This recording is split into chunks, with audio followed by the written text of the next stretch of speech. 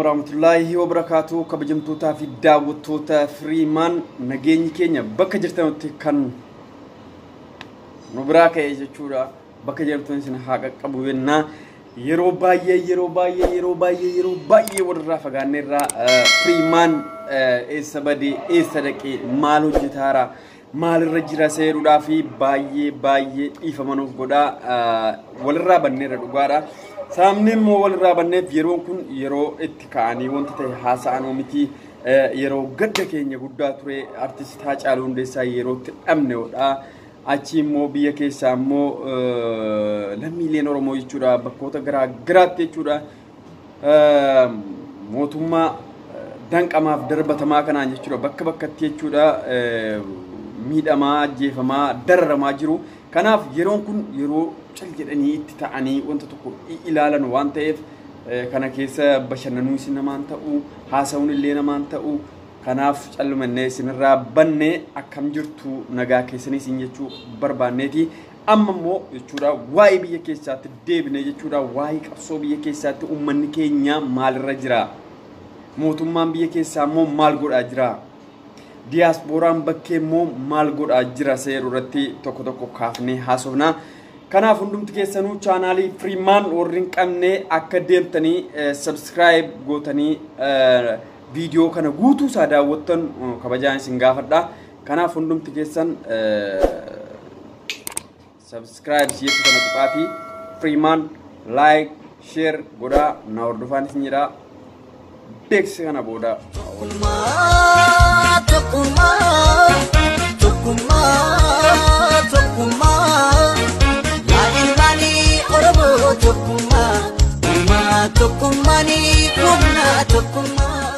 mootummaan biyya keessaa mootummaan rankaa silas biyya keessa kan jiru kan dararaaru kan miidhaaru mootummaadha. Maalirraa kan ka'edha seeru mootummaan biyya keessatti sirna nama nyaataa sirna bara durii jechuudha kan Haayile Sillaaseen Minilik Tewoodiroos warroonni dur bulchaa turan guutuun jira. Dadhabanii itti cabanii nu cabsanii dadhabanii ofii cabanii dhuman jechuudha. Abiyyi yeroo ammaa kanatti kaasee jechuudha wanta kana galmaan gahaara. Akkuma Dr. Mararaa Guddinaa jedhan bakka Minilikii fi Haayile Sillaaseen itti dhaaban irraa kaasee tan bakka galmaan gahaa jechuun waan hin taane waan hin danda'amne jedhanii turan. Dhugaadha Abiyyiin kan inni godhaaru bakka sanarraa kaasee deemsisaa jira. Bakka kanatti immoo yeroo kana immoo ummanni Oromoo itti cabaara. Qabsoo isaa galmaan gahuudhaaf itti cabaara. Itti dhukaafamaara. Inna hamaara najjeefamaara bakka itti gatamaara. Rumicha nyaataara. Bineensa nyaataara. Ummanni Oromoo mana isaa irratti qe'ee isaa irratti biyya isaa irratti jechuudha akkana dararamee seenaan isaa aadaan isaa duudhni isaa badee ofiillee lubbuu irratti wareegamee biyya kana jechuudha qabsaa'onni duraanii fidanii ilmaan isaanii kana yeroo ammaa dararamaa jiru kanatti kennaniiru. Isaan galmaan keenya amaanaa sana jedhanii fuudhanii bahanii jechuudha amma irbaata rumichaa irbaata saree irbaata waraabessaa ta'anii jechuudha bakka argametti dhaamanii hin qabbaraman iyyuu bakka barbaadanitti darbamanii bira darbaaru jechuudha. Haadha hiyyeessaatti ol galanii jechuudha mootummaan sirni wata milishoonni sirna amma biyya bulchaa kana jechuudha sirna Abiyyi Ahmadiin buraadu jechuudha. Ummata nagaatti dhukaasuu kanaan ummanni nagaan jeeqamaa jira. Amma gara amantiitiin wal ficcisiisuudhaaf jedhanii jechuudha amantii keessa galanii jechuudha milishoonni warri amma sirna kanaan biyya bulchaatu ummata nagaa irratti jechuudha ummata nagaa irratti musliima irratti jechuudha sheekota ganda keessatti nama qaraa'isaa nama salaachisaa jechuudha wanta badaarraa nama dhowwaa masgiida taa'ee du'aayee rabbii isaa kadhatu jechuudha itti dhukaafamaara jechuudha. Itti dhukaafamee kan du'e meeqa jira dheengadda gidduu dheengaddaa jechuudha. Sheekota. Bor wanti inni godhu immoo sheekota akkuma ajjeesaa ture musliimatu isin ajjeese jechuudhaan qeessota ajjeesa. Laalaa biyyattii nagaa dhabsiisee jechuudha Abiyyiin biyyattii nagaa dhabsiisee akkuma Daffaar Kaallee iski ሀገሩን ሁኔታ ይጠይቁ akkuma dheengadde jedhe jechuudha daffaar yellam jedheeti kan inni akkana nu godhaaruuf abiyyiin. Paarlamaa walakkaa taa'ee takka jedhe. Abiyyiin uummata kanatti biyya kanatti lafa kanatti seenaaf aadaa kanatti hin qoosaara. Biyyattii Itoophiyaa jedhamtu balleessuuf deemaara. Jarrillee biyyattii ijaaruudhaaf deemaara yaani biyyattii Itoophiyaa jedhamtu balleessuuf deemaara. Oromiyaan yoo jiraatte malee biyyi Itoophiyaa jiraachuu hin dandeessu. Dursa biyya Itoophiyaa ofii jiraachuudhaaf Oromiyaa jiraachisuu qabdi. Kanan taane taanaan Itoophiyaa wanti jedhamtu daaraa taatee baddi. Kakaa afaanii qofaa miti, jecha afaanii qofaa miti, kan ammoo qabadhaa. Itoophiyaan jiraachuudhaaf Oromiyaan kabajamtee qananiisiifamtee jiraachuu qabdi. Kanan taane taanaan hin jiru Itoophiyaan. Baroota meeqaaf meeqaatama kan dararamaa turre sirni Minilik, sirni nama nyaataa, sirni harma muraa, harka muraa jechuudha. Abbootii keenya cabsaa bahe nurratti faarfamaa jechuudha. Gootoliin Oromoo kanneen Oromoof aarsaa kaffalaa biyya kana ceesisuudhaaf jechuudha. Wanta isaanirraa barbaachisu guutuusaa kaffalaa yoo nagaan ajjeefamanii dhumanii jechuudha. Warra majalaa ka'ee ilmaan isaanii akkasitti dararamaa jechuudha. Mana hidhaa keessatti gubachaa jechuudha.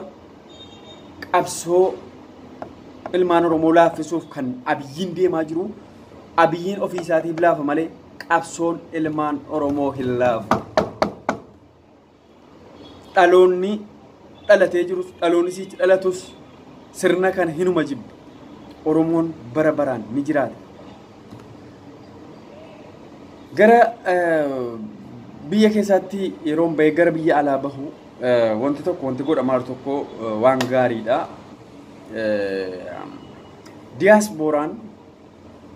Diyaaspooraan wanti rakkoon jarri tokko qabu rakkoo jarri qaban tokko himaa faayidaa jarri buusaan ammoo tokko nima. Rakkoon jarri qabanu nama miidiyaa tokkitti qabu yoo ofse'u. Miidiyaan baay'ee jira. Miidiyaa kana meemee gar tokkitti qabaate ummata biyya keessaa dhumaaru kanaaf akkuma goofandii ettee fiigdee miidiyaa adda addaatiif buuftee birri miiliyoona meeqa buusaa ooltu deemiitii ijoollee biyya keessaa hidhachiisuutti gori. Gara kamiin isa hidhu sin beeyta. Akkaataatti waa hidhichiitan hin beeyta. Akkaataatti galchan hin beeyta.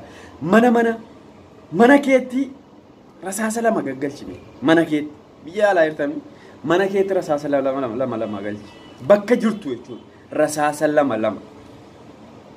Akkamiin galchine birrii rasaasa lama galchi waadanuun barbaadu. Birrii rasaasa lama galchi mana jirtu jechuudha. Dhalattoonni Harargee biyya USA Ameerikaa keessa jirtan yoo xiqqaatan 300,000 200,000 akkas taatu. Isin mana manatti meemee rasaasa lama galchaa. Dhalattoonni Wallaggaa warri USA keessa jirtan 100,000 200,000 300,000 taatu. Meemee rasaasa lama horii rasaasa lama kan rasaasaan bitaa amaanaa jedhaati mana keessa hin galchaa.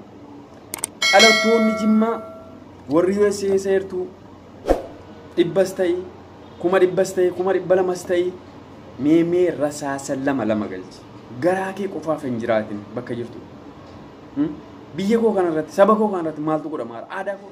Dhalattoonni Arsii kunneen Ameerikaa keessa jirtu 100 ta'e 150 ta'e 200 ta'e 500 ta'e bakka jirtu mee rasaasa lama ijoollee dhaloota qubee warra biyya keessatti jechuudha diinaan hudha qabee jiruuf gaggalchi. Dhaloonni Baalees warri biyya Ameerikaa keessa jirtanu horii rasaasa lama bitu qofa mana keessanitti galchaame hamma jirtanu jechuudha. Kanneen Walloo biyya Ameerikaa keessa jirtu biyyoota garaagaraas jiraadhu. Garuu wanta kana akka jirtanu raawwadha.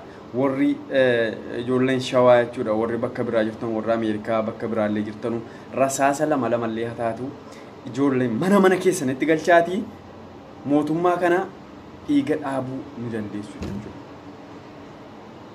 Kanaaf hundumti keessan bakka jirtanu meemee wanta gochuu qabnu maal akka ta'e jabaadhaati godha. Isin wanti diyaaspooraan biyya alaa wanti tokko rakkoo qabdanu maanni dandeettii wanto tokko irratti fiigdu qabdanii fiigdu goofandi yoo ta'e wama tokkotti banamaa oola birrii yoo ta'e wama tokkotti buufamaa oola kun hin ta'u.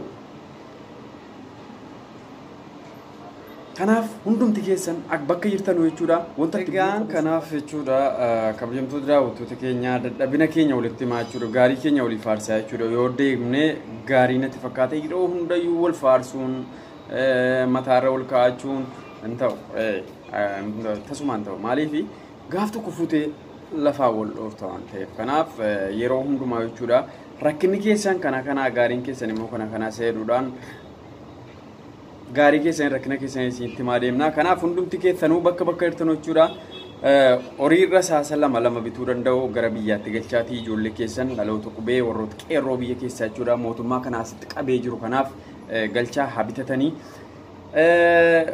gara biraa wantan jechuu barbaadu ijoollee diiyaaspooraa yeroo ammaa kana hiriira bakkoota garaa garaatti baharu ilaalchisee jechuudha wantan jechuu barbaadu maanni galatooma jechuun barbaada galatooma dadhabini keessan dadhabina maalis ta'uu qabsaa'attu mootummaatti beeksisaattu addunyaa kanatti beeksisaattu akka mootummoonni addunyaa kun support mootummaa Itoophiyaan goonee fi Itoophiyaa akkasiin kadhattuu taate hin beektanii hin beeyna akka illee kenna walii kennan jechuudha daataa seedanu akka hin godhamneef akka gargaarsi wayii hin godhamneef godhaatanii bakkoota garaa garaatti immoo imbaasii illee cufsiisaattu kun jabina garuu wanta gootan kana keessatti obsa qabaadhaa fakkeenyaaf nama tuquun achitti nama isin mirga keessan qofa dhaabbatta waan ta'eef mirga keessan qofa falmadhaa namoonni mirga keessan yeroo isin falmattan isin dura dhaabbatu tokko illee hin jiru garuu